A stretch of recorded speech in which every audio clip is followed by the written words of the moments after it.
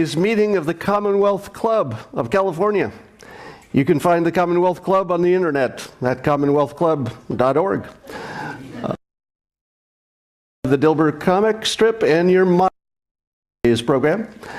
I'm now pleased to introduce today's speaker, Greg Gutfeld, host of Fox News, The Greg Gutfeld Show, co-host of Fox News, The Five, and author of the new book, The Gutfeld Monologues, classic rants from The Five.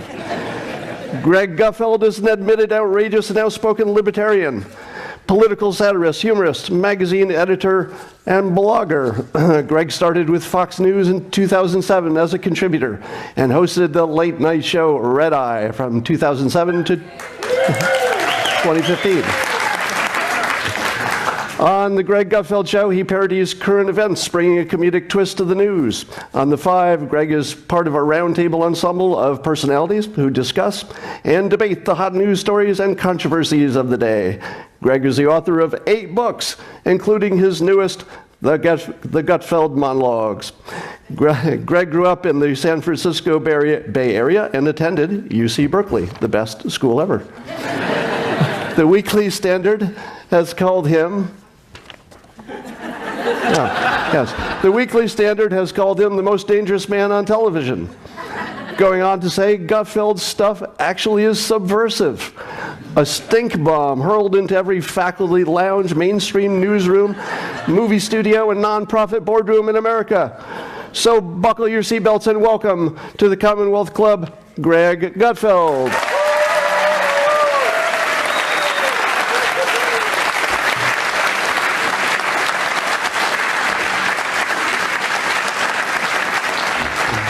First off, I better get more applause than Tucker Carlson.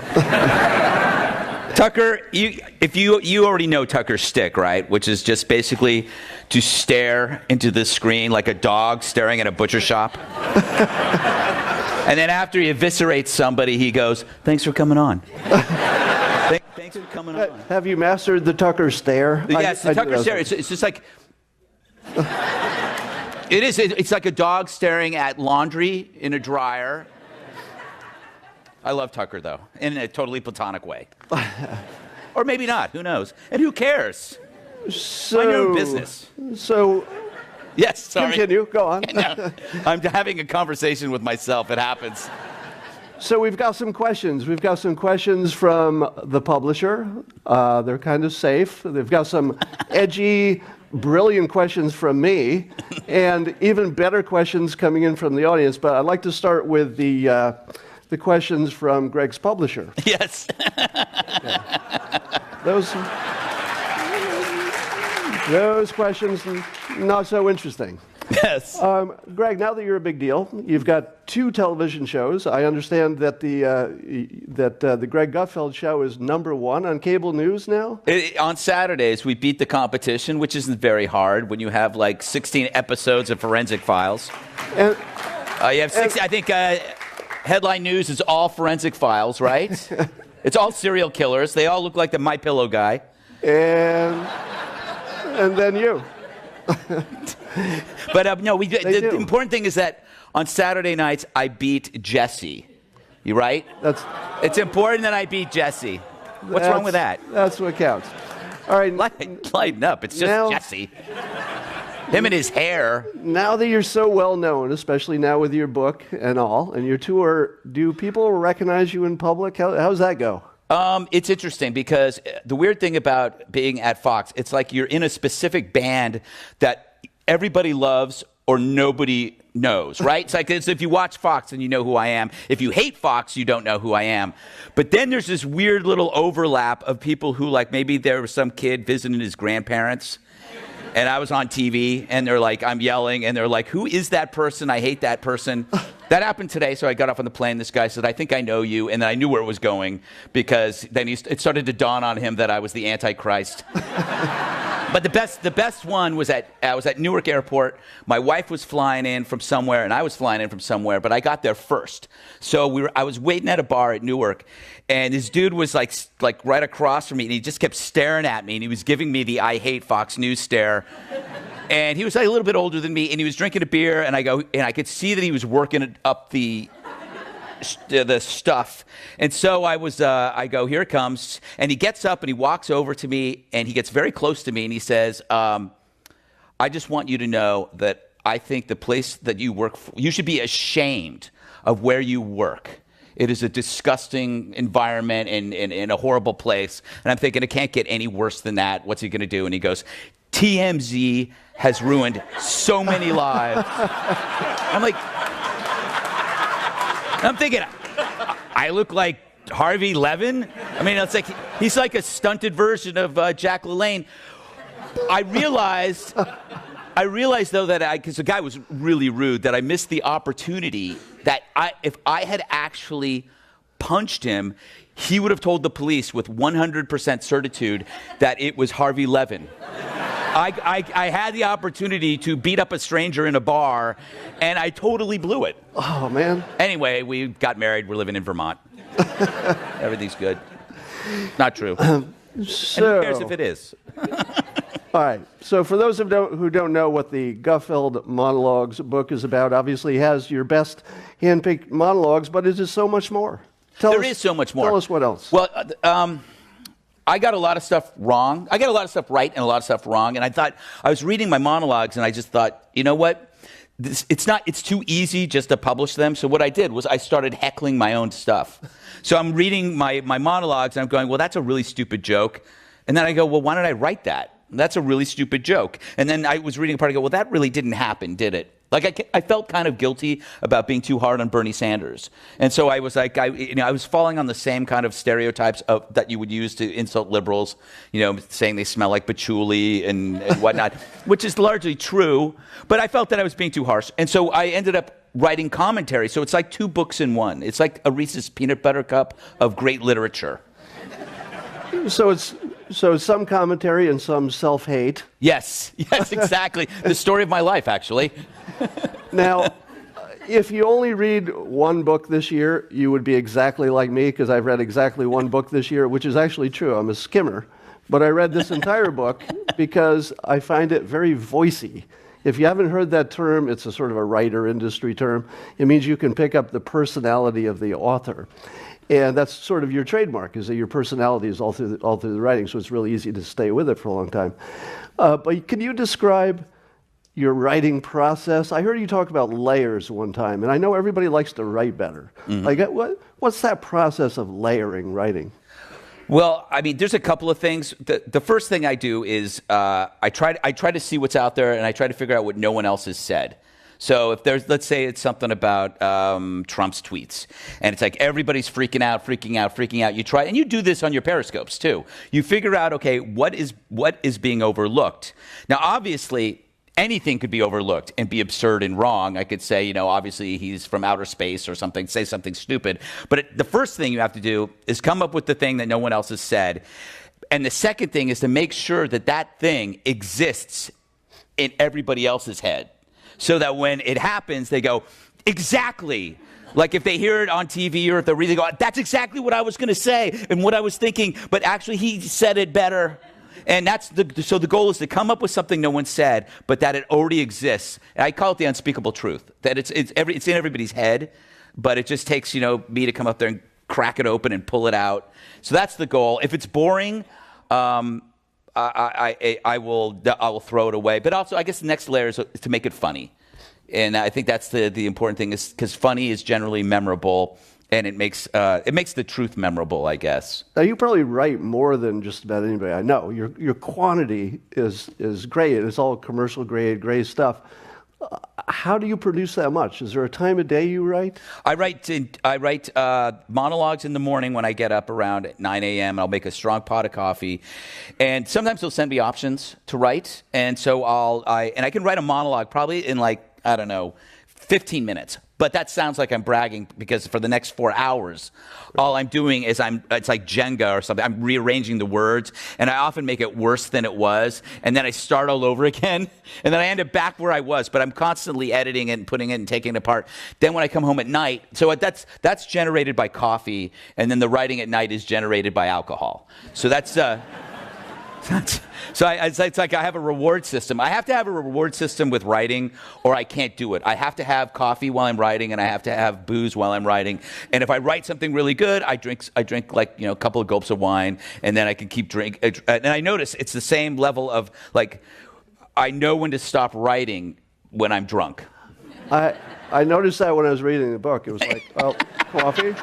It's true. That's coffee. Well, that's beer. Yes, that's beer.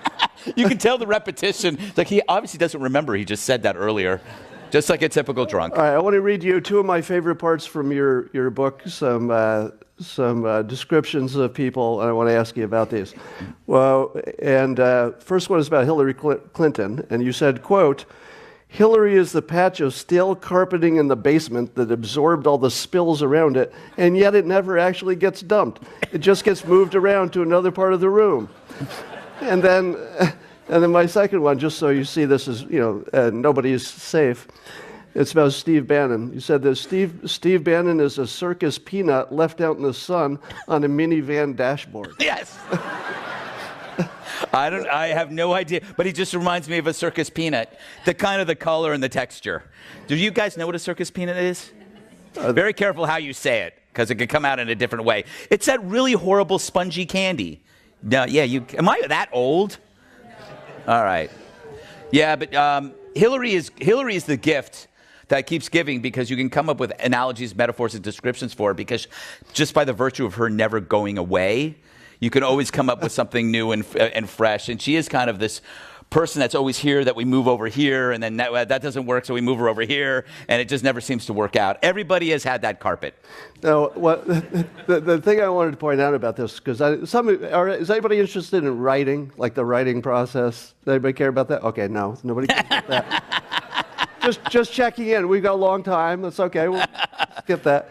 But any hobbies out there? I can. But know how visual it is. You can see it, but you can also smell it. Mm-hmm. That's what I like about your writing. I can see it, I can feel it. There's a movie, and then I can smell it. That's very. It's because the thing is, like, at 5 o'clock, I got to make sure it doesn't smell too much. You know what I mean? Because I tend to, like, the criticism is that I get a little too bodily, and I save those jokes for Saturday when I get really disgusting. But like on the 5, it's like I'll say something that is a little bit like in that world, and you can hear the audible gasps of Dana. Although Dana has a filthy mouth. She does. We know. We all heard what she said about a man with a pet. Called him an asshole, and only because he had an alligator. If it was a beautiful dog, she would have said something else. But did you see that? You watched the 5. I watched. Did you see when she swore? I missed that. Oh, it was amazing. There was a video of a guy. It was a One More Thing. A guy walked into a liquor store with an alligator, and he was wasted, and he let the alligator out. And like everything's normal on the show. By the way, I wasn't on the show. I was doing a remote, and the alligator got up, and you just heard, "What an asshole!" And it's like, and everybody just goes, "Where did that come from?" It was like a sonic boom, you know. It was like, and then they go back to her, and it's like I don't even think she knew that she had said it. Like it was like something that had just jumped out of her. She's going to tell me not to say the A word anymore. Apparently this is going on C-SPAN, so Brian Lamb is going to write me an angry letter. You're in very much trouble. Stop. No. Yes.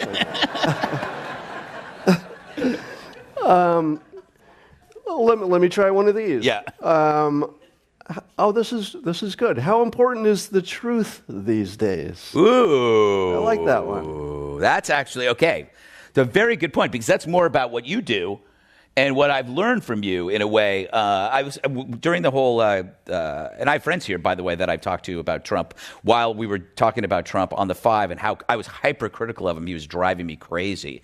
He was saying stuff that, like, let's face it, I've said worse. But he was running for president, and I was like more obsessed with his words, because there were no deeds yet, because he wasn't president, but I'd become more and more like emotionally invested in his behavior, which was kind of a waste of time. And I realized when I came across a book, this guy Charlie Munger had recommended a book by Cialdini called Influence. And that was kind of the art of persuasion. And when I read that book, I started to see what Trump was doing. And I started to look at him less as a political figure and more as a host of a comedy roast.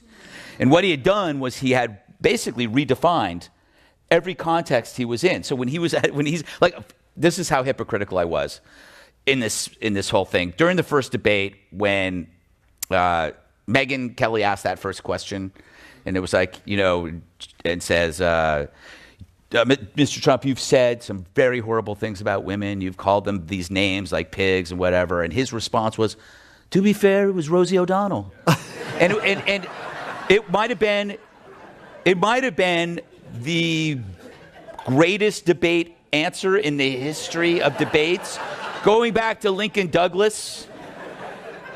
I was sitting there, and I think you had the same experience. I was sitting there with a buddy of mine who's a cop, and my friend of mine who's a producer and a restaurant owner, and I just step up and I go, that's amazing. I just go, that's amazing. I go, like, how can you not love that? There's like 17 people, and it's a contrast theory of like you have 17 similars and one difference, and he just stood out. But then the next day, I get to work, and all of a sudden I became like something else, which was, that's a non-serious character, Donald Trump.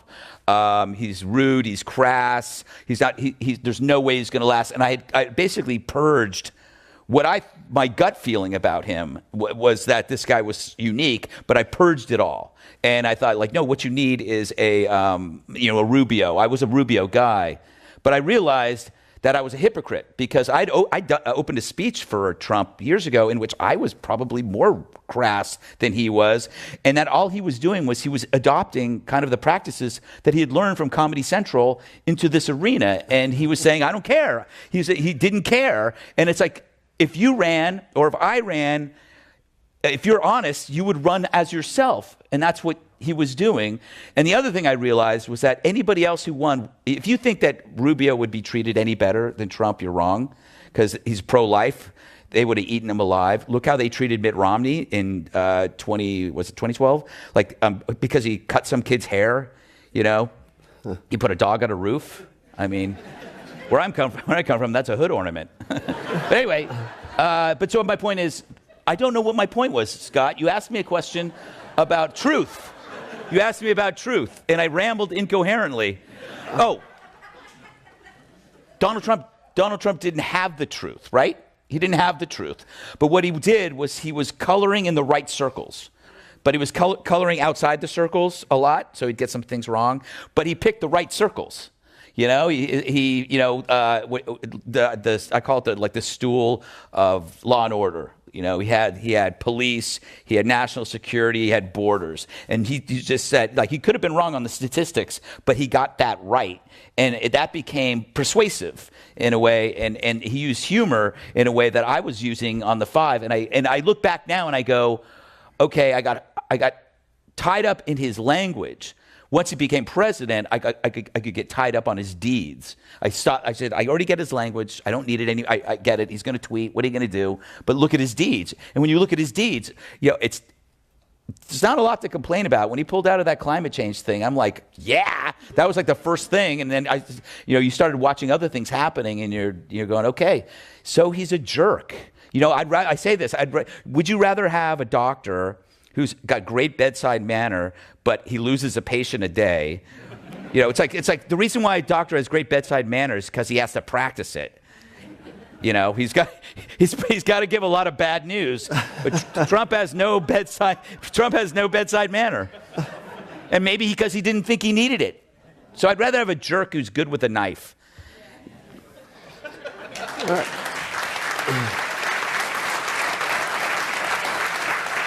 That can be taken out of context, C-SPAN. Do you see anybody on the left who's coming up or already up who has the same kind of persuasion skills?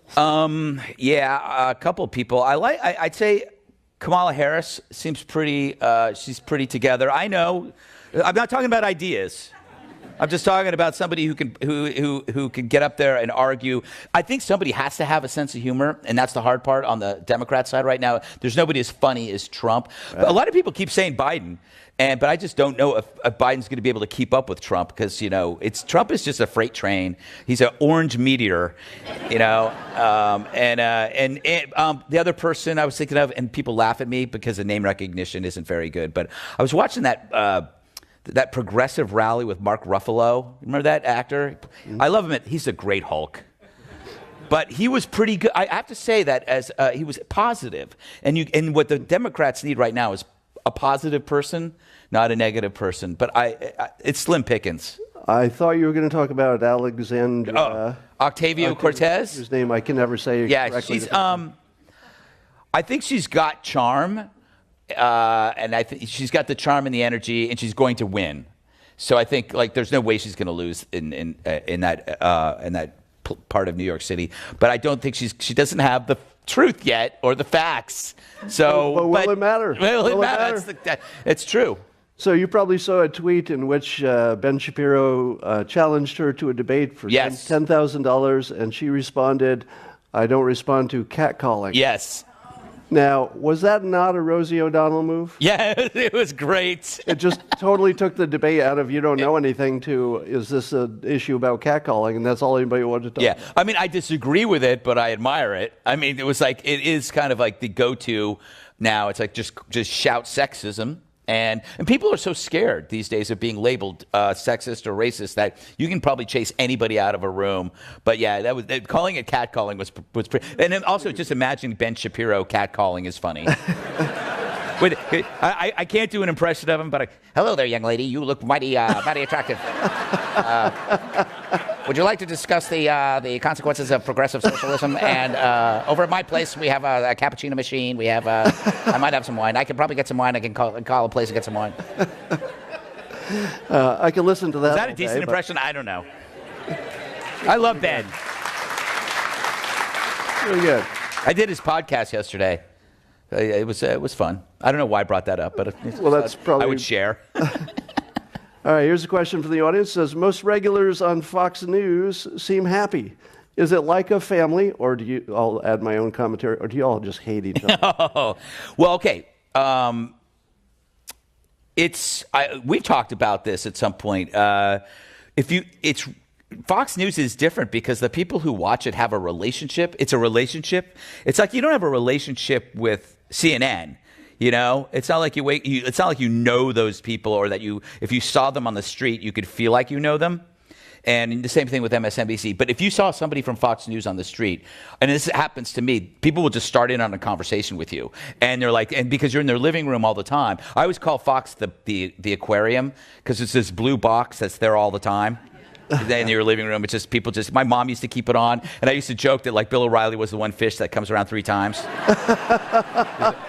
Here comes the Bill O'Reilly repeat. There he is. Then he stops, shakes his pen, moves away. But what's interesting about the relationship is that we've had a 75% turnover in prime time. We lost three major anchors, but the numbers are never higher. We keep doing better and better and better, and I do think it's because of the fans more so than anything who have invested in a relationship, and I think and we are generally, I think, a happy crew. It's interesting, people that I don't think I would get along with, I really like there. I mean, it is like the world's strangest surreal high school where you go. There's Judge Janine sitting there, and she's like, "When am I coming on your show?" Liars, liberals, and leakers. And she'll be talking. And then Judge Napolitano comes in. Hello, Greg. It's not in the Constitution. And then he walks away. Everybody's like some character. They're all like, and I always make fun of Kilmeade and his toupee, and who else is there? But it's just fun. No, it is kind of it's like an Archie comics. There's different, and I guess I'm Jughead. I guess. So, is it ever awkward when you see Juan? No, Juan's great. I always say that, if you have a Bond, there's no Bond movie without a nemesis. Yeah, you got to have a Bond villain. And so, if you want to just listen to two people talking to each other than just listen to Nancy Pelosi talking to herself. It's like the five would not exist if you didn't have Juan there to poke us, because then it would just be us talking to each other. We're like different. Let's face it, we're kind of different gradations of right to libertarian, and you got to have somebody. And he has incredibly strong feelings about Trump. And it's like you talk about the two movies idea that both of us are watching the same thing, but we're seeing two different movies. And that's what the same thing with Juan is like. Juan and I will watch the same thing, and we'll say we'll be convinced we saw two different things. But I try to see what he's seeing. He just believes Trump is the worst bigot that's ever walked on the planet, and I have to look through that and see, okay, how is he seeing this? How can you change that? Then you see him in the hallway afterwards. If it's just the two of you heading in different directions, I give him a big shoulder block, and I think he's a boxer. I think he could take me. So I do not mess with Juan. No, but we all get along. Everybody gets along. I'm trying to think of anybody that I can mention. See, this is the problem when something's on C-SPAN. Yeah, don't mention it. Yeah, I can't I'll mention go to the next stuff. question. Yeah. All right, here's a crowd-pleasing question. When is Tyrus going to get his own show?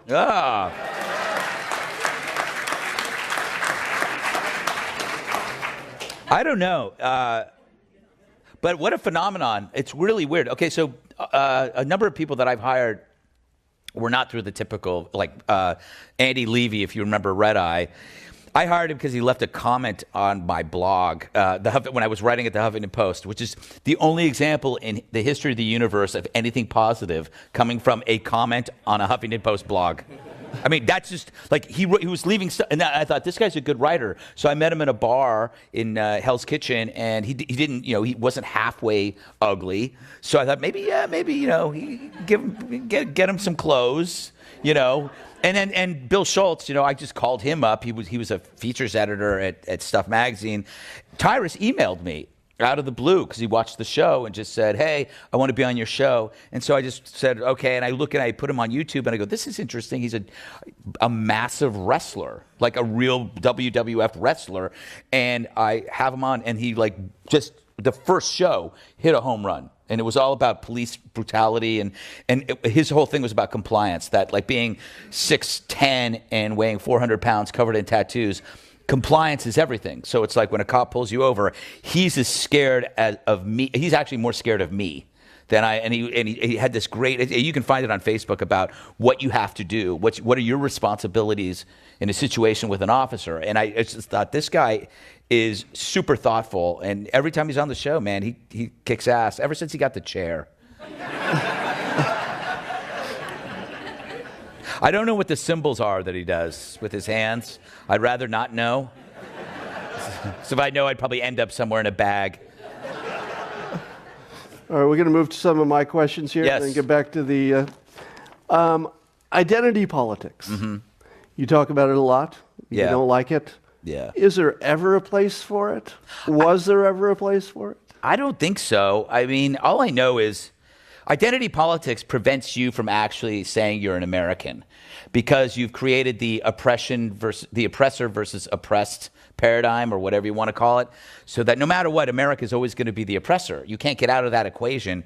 And I don't see anything good coming of it. It's like, you can't be an American if you if you're dividing groups into sections, and then they end up turning on each other. And you're seeing this now, and there are actual subgroups that don't like other groups, and that are it's so anti-individual. It's like we're eliminating the idea of who you are as a person and replacing it with who you are as a group.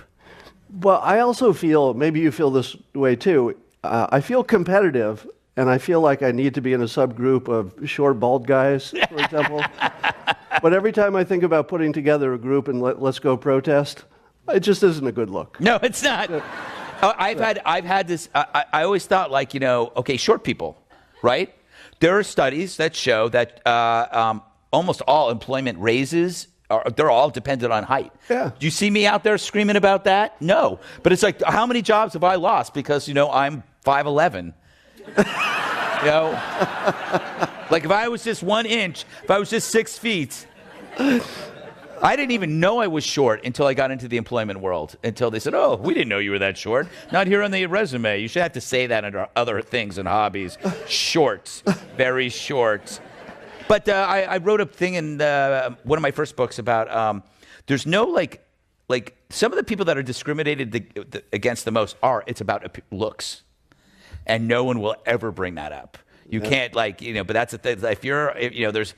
I had a discussion with an actor about acne scars and about how he ended up having to be a bad guy, because that's all he could get was that. He couldn't be a leading man because he had acne. And it was back acne. Terrible joke. Terrible joke. Let me see your back. Up, you're out. And that person was Tom Cruise. Who, interestingly, is 4'8". Yes, he is. Very tiny man. Very tiny man. I sometimes cradle him. Like this. So here's a question that you might know that I've always been curious about. So the media, except for Fox News and a few outlets, are very anti-Trump. Mm-hmm. Do they know it? Are they aware of? Are they intentionally biasing their coverage? Or is it really what they feel? Is that how they see the world? I can't tell. I try to think about this in terms, because I got to be honest because I knew people like that about Obama, right? That were just so like Obama is the worst thing ever, and it's like not really. If you just go out and live your life, 99% of your life is not going to be affected by this. Right. You might pay more taxes, but I think you're going to pay more taxes under Trump as well. It's just people who are too close to the fire of politics have no idea how the rest of the world is. They have no idea. And I think that's what CNN is so close. By the way, CNN is culpable. They elected Trump. I mean, they gave him more coverage than anybody. They thought that Hillary had it in the bag, so let's have fun with this jerk. And then the jerk kicked their asses. And they're like completely like, now I think it's a combination of a guilt complex because they fed the beast. And also they believe the beast is evil. So it's almost like a moral crusade.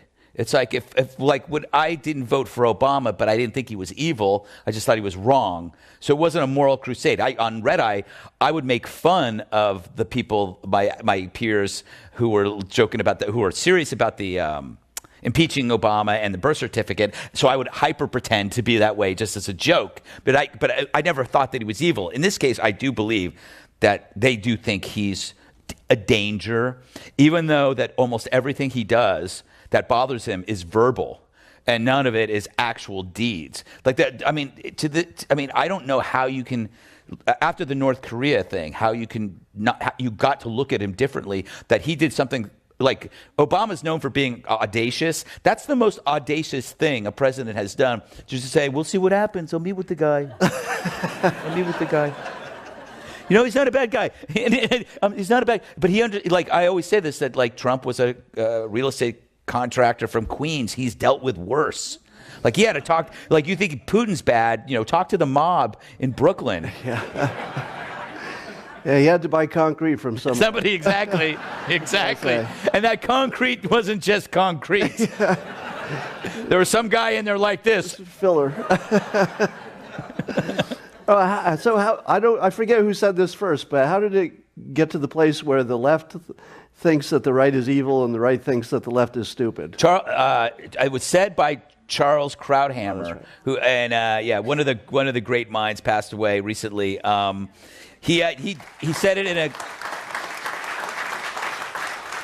in a column, I think in the late 80s, maybe early 90s, but he said, that's the key difference. It's this moral belief that, okay, if I disagree with somebody, I think it's because they're wrong or maybe stupid, but they just think I'm evil. And that allows for everything, including violence. So you'll have a talking head on CNN defending Antifa because they're in the moral, they're good, even though they're hitting people with bike locks. You can excuse. It's weird, that kind of certainty, moral certainty, can excuse any behavior. All right. So you talked about education and college. Yes. Which used to be an awesome thing when I was young, but now it seems a little less relevant. Yeah. Would you tell somebody who is 15 today, get ready for college, or would you tell them maybe try something else? If it got him out of my house, yes. But I don't have any kids, so it's easy for me to say that. I'm wondering if I had kids, would I feel differently? But I do think college is largely a phenomenal waste of time. But the problem is, it's virtue signaling now to corporations. I can say colleges are a waste of time, but none of these corporations are going to agree with me. And so what's happening is, so you need to get a BA from a good school and a GPA. That's high. Now that's not enough. You have to get a graduate degree. So it's this educational virtue signaling that keeps getting higher, and that's why there's so much debt. It's because it used to be maybe you didn't need a college diploma to get a good job. For some of these jobs, you didn't. But then maybe you had a 2-year community degree. That would be fine, et cetera. But then what happened is, we continued to build this pyramid of virtue signaling that, no, this person actually is a PhD and blah, blah, blah. He has an MBA and he's in total debt because of it. We'll hire him. And that's what's, I think, created this mess of people who are in debt. And it would be great if corporations, that's why I like Peter Thiel. Peter Thiel says, he was doing these scholarships saying, don't go to college, I'll give you $100,000. See what happens. I think trade schools are important. I think there's going to be a lot of trade schools for building robots once they take over and adopt me as their overlord. Well, let's talk about the robots, because Yes. I saw in your book that you were pledging allegiance to our future Yes. robot overlords. Yes. I'm on that camp too. Yeah. Whatever we can do to make them happy. Exactly. In case. It is. No, it is, because it's like, I don't want them to, when they're going through the list. I want to be the Benedict Arnold. I want to help them with the list of people that disobeyed robots. Well, good luck, because the list is alphabetical. The Adams, it's like, I got a little information about this one. Yes, exactly. You don't want him. No, but robots are better. Robots are better versions of humans, and there's studies that show that, like, judges, if depending on their appetite, will deny parole if they're hungry, and if they're full, they will grant you parole. Robots are never hungry, so that's really good for criminals. I have a theory that the reason that they can't make real artificial intelligence is because people aren't smart, and that if you're the scientist, you can't actually say, all right, let's code the program. Well, just make him a freaking idiot. Yeah, this is going to fool everybody. It's so true. And we don't know whether AI is already going on now, just pretending. They could be pretending, like your toaster oven could be totally cognizant right now, but just pretending to be a toaster oven. Yeah. And then all of a sudden you wake up one day and the appliances are surrounding you. No toast for you. No toast for your toast, as they say. I had another point. Terrible joke. I had another point about robots and AI, and now I can't. But AI is something that you can get totally lost on. Like, you can just think about it and go, okay, it's going to happen. But then it's like, but then I think it can't happen. I don't know how it can happen. I don't like the worst threat is a non-conscious thinking machine, right? It's like a machine that you program to do one thing, like the whole paperclip thing, like, make paperclips. But it's non-conscious, so all it does is make paperclips until it destroys the world. It just looks at Scott Adams and goes, paperclip. But that's a Bostrom kind of thing. It's like name is Nick Bostrom. It's like the idea of non-conscious. That's the threat. It's not this consciousness. It's that non-conscious thinking. I've lost myself on this. Which is more likely?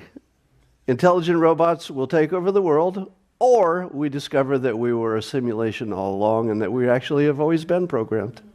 Well, having listened to you, I know that's a leading question, that it's probably a simulation. The argument is because there's just more. Can you explain the reason why this is more likely to be a simulation is because there's just more possibilities for simulations. Yeah, whoever makes the first simulation probably will make more than one. Mm-hmm. So if he makes 2 simulations, there are 3 things in the world, and 2 of them aren't real. Yeah. And everybody in the other 2 think they're real as well. But what happens when they make their own simulations? Because they're fully functional simulations. Yeah. It's kind of freaky.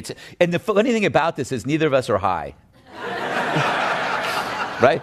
Well, I'm not. I didn't. There was no drug testing in my contract. I don't know about you. I remember my favorite podcast was you and Joe Rogan lighting up. We were a little bit high. Yes. I would never do that podcast. 3 hours, I would screw up at some point and my life would be over. I don't know how you do it. I'll tell you. The less I talk, the better. So why is it, here's another mystery I think you can clear up for me. Why is it that the world is full of dumb people, but when Hollywood people talk about politics, they seem extra dumb in a way that's like it's spectacular? It's endearing. What's up with that? It's like, when those people do those videos on YouTube where they show babies things for the first time? You know those things? Like they show them like an ice cream and they show the face and everybody, oh, how adorable. That's Hollywood with politics. Because they have spent a long period of their lives ignorant, and then they finally get to a place where they have success and they suddenly feel like, well, I'm not just a pretty face. And then politics is introduced to them, and their inexperience and lack of wisdom is inversely proportional to their passion. So the less they know about something, the more passionate they are. And that's how you were as a 15-year-old. So they have the Hollywood political mentality is exactly the same as a 15-year-old boy reading a comic book or even me getting into politics when I was young. You were just, the emotion it creates this certitude, but then as you get older, as I got older, I realized that I'm not right on. The more certain I was, the less right I was. I found strange. Now, all right. So we're going to go to the pile. Mm-hmm, the pile. I think we have some more coming from the audience here. Did you have a favorite monologue in the book? And you can pass on this because you may not have favorites. Is there a topic? I did. What's interesting is that I think the largest chapter in there is terror. And it was because during the period of that time of writing, ISIS was like, there were beheading videos constantly. There was horrible stuff going on. And I was writing maybe 3 monologues a week. It's interesting how that's, like, I look at the book and I go, that's not really there anymore. The decision was made to suspend rules of engagement and just execute people, and then they just kind of went away. It will come back, though, and I do believe ISIS is still around. But I did one called Terror Week, and because I was watching Shark Week, and I thought how unfair it was to sharks. It's like every night they're doing a different thing on sharks, saying how bad they were, and I thought, let's do something on Terror Week, and every night you do something new on a terrorist, and that was kind of my way of saying, focus our priorities. All right. When you were at UC Berkeley, were you a libertarian/conservative then? No. I don't know what I was. So I have to start. When I was at Sarah High School, I remember getting extra credit for doing something called the campaigning for the nuclear freeze. It's for Mr. Dell's religion class, sophomore year. And so I was just by default a liberal. It was a Jesuit Catholic school, and the priests were very much into Central American politics. And we did a newspaper just devoted to Central America called The Journal, which I'd written for. I mean, it was very leftist, but we didn't know it. So I wrote I did it. I got signatures for extra credit for the nuclear freeze. I would stand out in front of St. Gregory's in San Mateo and get signatures. And this nuclear freeze was just to prevent nuclear arms from being transported in California. I think that was what it was. It's just absolutely absurd. It's like, I think they can find a way around this. But anyway, because they usually don't tell you when it's coming through, right? Yeah, exactly. I mean, that's got a bomb coming through. Sort of a loophole. Well, it's interesting. On 101, they do have a bomb lane, so it's really great. You just go right through. They wave you through. They got easy pass. But no. So my point, when I got to Cal, so I wasn't surrounded by a mob. And that's, I think, what affects me is not the political ideology. It's the smell and scent of a mob. So when I got to Cal, and I remember protests there, they might have been right. The protests might have been right. A lot of them were probably wrong, but some of them were right. I just didn't like that feeling of all the people shouting the same thing, and it made me really nervous. And that made me a conservative. A friend of mine, this guy Patrick, gave me a couple of magazines when I was there, American Spectator, which I ended up working for, and National Review. And I was going like, wow, I didn't know that other people thought like this. And it's kind of funny. Some of the stuff was funny. And then I was introduced to P.J. O'Rourke Republican Party Animal or Reptile was the name of the book. Can't remember. But anyway, so I became a conservative. But then even being around conservatives, I found like a certain level of lockstep there as well. So I kind of decided that I just wanted to pull myself out of anything and be able to look at politics as an a la carte menu. That I could be for pro-legalization and be pro-life. You know, you don't have to you don't have to follow the same thing. You know, I am basically legalization of all drugs, which doesn't sit well with most of my peers, but I'm too high to care. Has California gone to hell compared to New York? What? It's neck and neck. It really is. I don't know. I feel like sometimes I'm too hard on California on the 5, but it's because I love the place. And like when I was in LA yesterday and the day before, and it's like when you see the tent cities, it's just mind blowing because I never saw that before. There's just huge city and around Skid Row, and then also off the off ramps around Silver Lake. It's just insane. And I told this story. Where was I? I was on something. Maybe it was at a speech, and it's a gross story, but it was like the last time I was coming out of BART with my mom, which was like 6 years ago, the escalator at Embarcadero Center was broken. And do you know why it was broken? Yeah, you know why, so I don't need to tell you. Anyway, it was human caused. But anyway, so they had to dig it, it was full of stuff, human stuff. And so it was like, that's the problem. And I think it's just sad that a beautiful city is becoming a latrine, you know. Well, okay. Is that too strong a word? You know what the problem is? It's a fear of concern is now being construed as passing judgment. Like you can be concerned about somebody's mental health. That's not passing judgment. And I talk about this about institutionalization and why the deinstitutionalization has been a problem for New York and for the United States. And it's like, I'm not passing judgment. I'm actually expressing concern for people who are out on the street who have serious problems. But now if you express any kind of concern about that, you're somehow passing judgment on people and you're just an awful person, that's been, I think, the big barrier. Speaking of awful people. Yes. In your book, you suggested that maybe there should be something like an online amnesty for bad tweets or things you've done on social media. Yes. Tell us about that. Like, could we really have a world where we could just say, yeah, you did say that 5 years ago, but that was 5 years ago. I hope so, because I'll tell you what, everybody here who's in my generation is lucky as hell. I mean, my God, there might be some pictures out there, but I mean, they were from those terrible cameras. You can't see anything. No, but I mean, that's like young kids these days. They don't know that they could ruin their lives. They could ruin their careers just by like doing stupid stuff and taking a picture of it, or having a bad day. If you have one bad day, if you're a parent and you spank your kid at Walmart and somebody, my next book is tentatively called A Nation of Narcs, because we're just doing this to each other and then we're posting it and I got you. But the thing is, we're going to get you too. That's the problem, is that we're all going to destroy each other. So I have a theory, which I wrote this piece that's coming out tomorrow. And it's because I'm agnostic. It's kind of bizarre coming from me.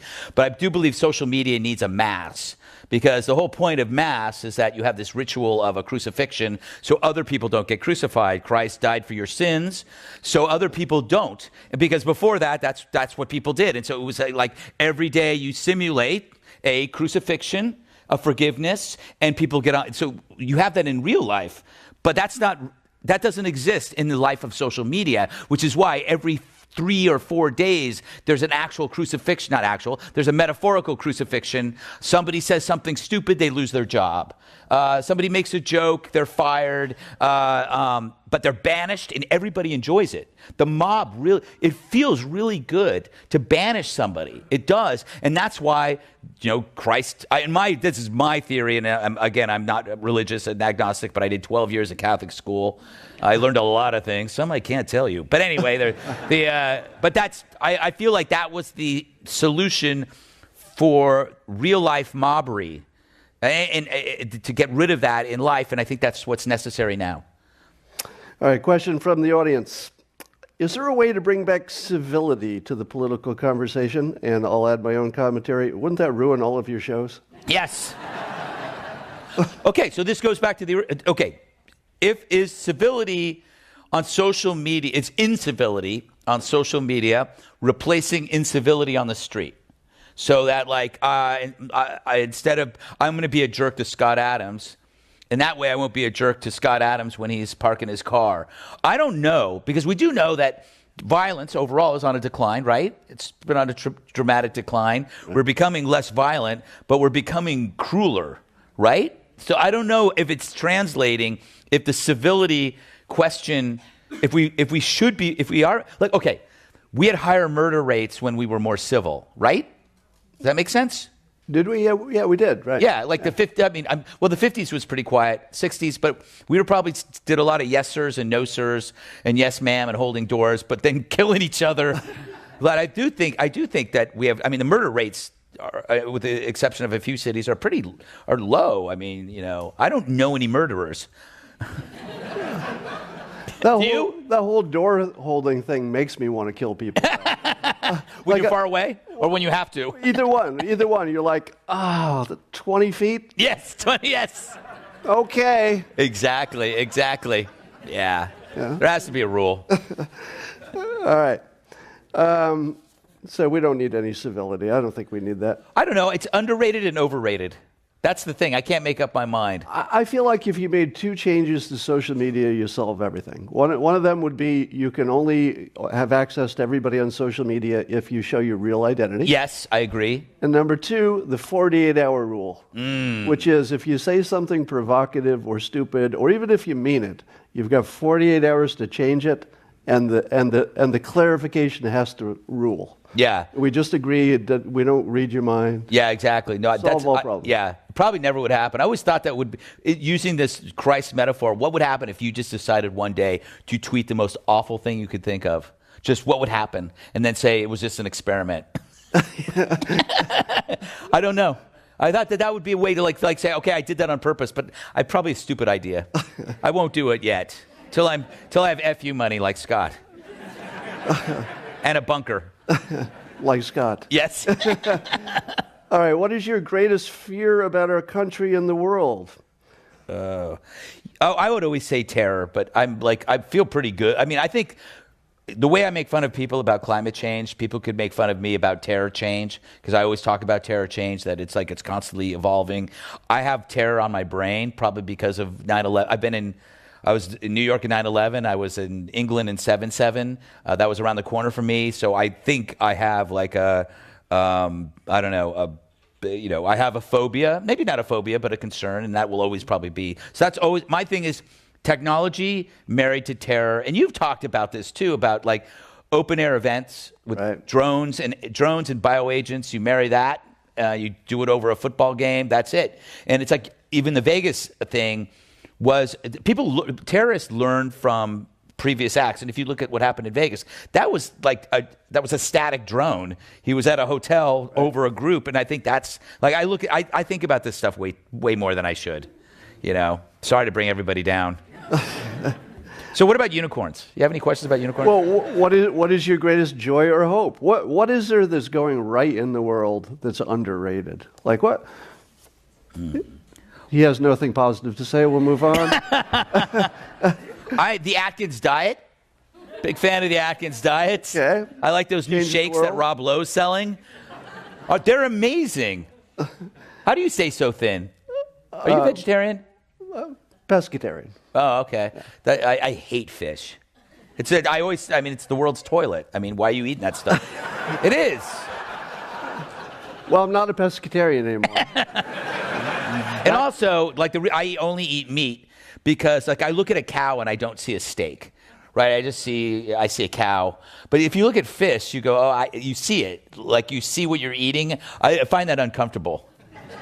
All right, Stupid eyes. Here's a question from Marianne and Niles Hansen from Sarah High School 68. Wow. The Padres, PPPAD. No, you can't say that anymore. And they note that Jesse Waters' mother watches her show. Yes. Is your mom alive? No, she passed away about 5 years ago. Okay. Has she ever? Thanks for the question, bringing up that. What a down. Greg, your mom died. But do you miss her? Was she? Next question. Was she alive during Red Eye? Oh yeah, she was great. My mom. I always used my mom in all my jobs. So when I was an editor at Men's Health, she had an advice column, and it was really popular. And nobody thought it was real because you couldn't make up her answers because they were just so bizarre. And then she would leave when I was editor-in-chief of Stuff magazine. I would just do her verbatim answering machine messages when we had answering machines, where she would critique the magazine and how awful the women looked in their bikinis. And it'd be like really long, but people loved it. When I got to Red Eye, I had it was called Greg's Mom, and I would call her, and it would be a segment, and just talk to her about politics. And she's in her 80s, and there were great moments when people would show up at the door while she's doing it, and she would just I'm busy. She'd slam the door. And then she would tell crazy stories about stuff, and it was just it was nuts. I mean, but it was a lot of fun. And then also she would criticize the show severely, mainly about what the women wore. So, do you have siblings? Yeah, I got 3 older sisters. Okay, I think one of them is in the audience because one of the questions is, how much do your siblings hate you? I don't think they hate me. Are they jealous of your massive success? Yeah, of course. Why wouldn't they be? Good. No, I don't think. I think actually they probably get more pleasure out of my work than I get pleasure out of my work. I have to think about this stuff. They can just go, oh, "That's my brother." No, everything's great. We all get along for now. Could change at any minute. All right. Have you ever met President Trump? Yeah. What was that like? This is so funny. First, before I tell my story, I have to say that I DM'd Scott. I go, hey, Donald Trump called me it was like 2 weeks ago. He called me just to say hello. And he's like, yeah, he goes, hey, Greg, what's up? Love your show. Stop by whenever you want. So I go, Scott, isn't that great? And Scott writes, hey, congratulations. Good, that's great. And then the next day, there's a picture of Scott with the president. And it was like he didn't know, it's like saying, hey, I found $20 here. And the guy says, well, I got the winning lottery ticket for $55 million. But I met him. He used to call me after Red Eye, so he's talking like 8 years ago. He would call me and talk about the show because he's up all night. He doesn't drink, so and he just would talk about. He knew everything about, and he was so sweet and nice to me, which is why I always felt bad about how I treated him. And I ended up doing a speech in Mar-a-Lago, in 2015 with Alan West, and my wife and I flew back with Trump on his plane. And he just eats sweets and he was watching an Elton John concert. He's like a child, but he was so normal and charming and everything. And then I ended up going a couple of days before he declared. I went to Trump Tower and hung out with him, and we were talking about me being his press spokesman. Did a segment on it and everything, and everything was great. And then then it started, and I was like, when he went down the escalator, and then I kind of became a very critical person, and then we didn't talk at all until 2 weeks ago. And when will we hear your secret recordings of your yes. with the president? I should have. Oh my God, the stuff he told me. But how was your? You were at the White House last week, 2 weeks ago? Yeah, let me tell my version of the story you just heard, which is I've been invited to the White House by the president, and then Greg DMs me, as you just heard, and say, hey, the president just called me. And I'm like, what do I say? There's thousands of years of evolution of manners, so we've got every situation covered, from when to use your cell phone. We got everything covered. But not this. Not this. So I'm like, well, I'll just say congratulations. I guess the rest will come out later. Yeah, that's it. The next day I go, you asshole. Why didn't you say something? I feel like such a schmuck. There was no way to do it. No, there was no way to do it. You were very polite. All right. Let's go back to the questions. We've got 6 minutes left. What do you think changed your opinion of Trump? as things went? You know, was there anything that specifically that turned you? Him winning. I decided to rewind and start over and go deeds, not words. That was just it. It was like, okay, so you got to accept the personality for what it is. He's not going to change. You could say, I wish he wouldn't tweet as much. He's not going to listen. He's going to insult people. That's who he is. And he got that from doing all those Comedy Central roasts and being the targets. He knows what he's doing. He's a New York contractor from Queens. That's who he is. Watch the deeds. And that has, and as long as I maintain focus on that, it's been really a consistent kind of enjoyment. You know, I mean, sure, every now and then, if you could be exhausted if you followed everything that happened with him, it's not healthy. There's a whole world out there, you know, just focus on the deeds. That did. And also I had to recognize my own hypocrisies, that I was like, he's redefining what a president can do. And he's basically acting like somebody on a talk show. And I had people at Fox, and I won't mention their names, O'Reilly, but that said, why didn't I? He said, like, why didn't I run? Like, that's what he said. And he wasn't joking. He was just like, because he was watching what was happening with Trump, and he was like, I could have done it. I could have done it. Not me, but O'Reilly said that. And then I said, nah, not in your life. What about climate change? Would you say that climate change is science or a cult? Both. I'd say there is science. I'd say that the climate models are often wrong, but I'm always willing to change my mind and be proven wrong. But I think the cult is in, I don't think it would be called a cult. I guess I would say that in order to kind of save your career in some ways, in certain departments, you have to adhere to a certain belief. So if you're critical of it, you could be in trouble. And that's kind of a definition of a cult, is that if you step out of line, you could be in trouble. So I do think there is a climate change.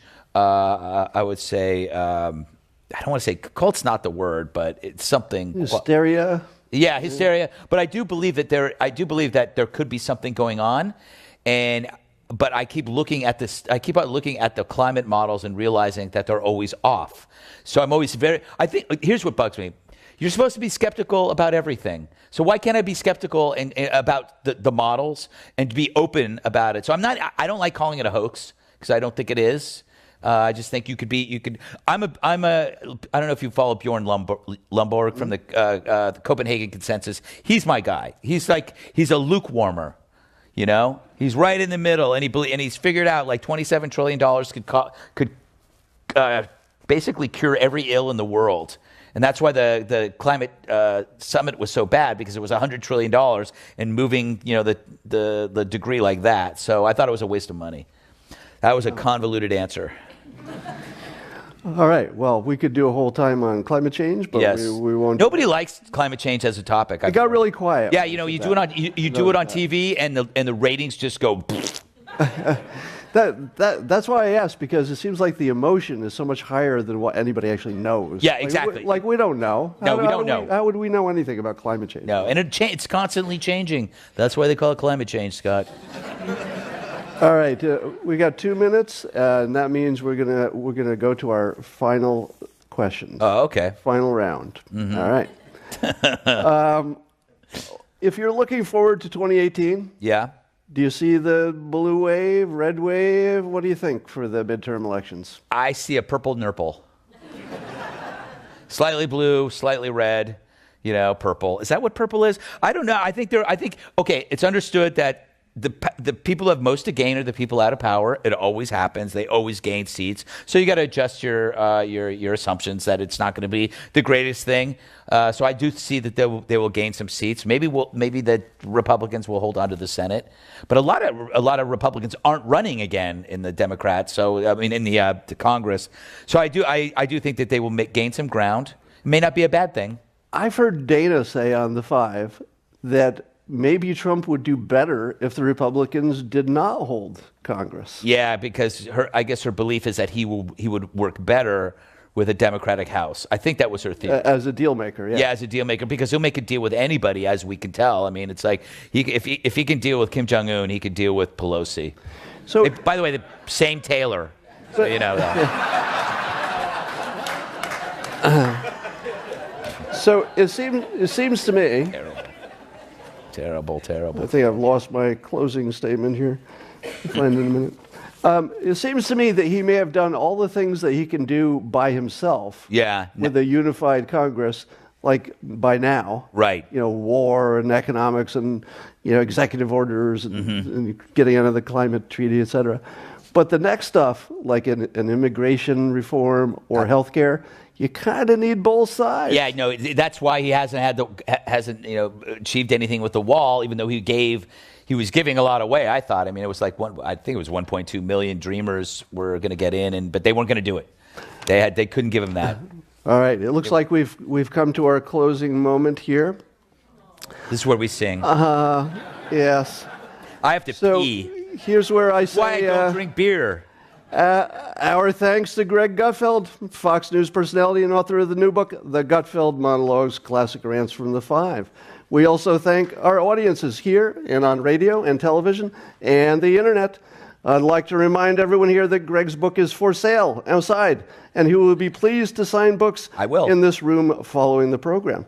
We appreciate everyone staying seated at the end for book signing instructions. I'm Scott Adams, and now this meeting of the Commonwealth Club of California, the place where you're in the know, is adjourned.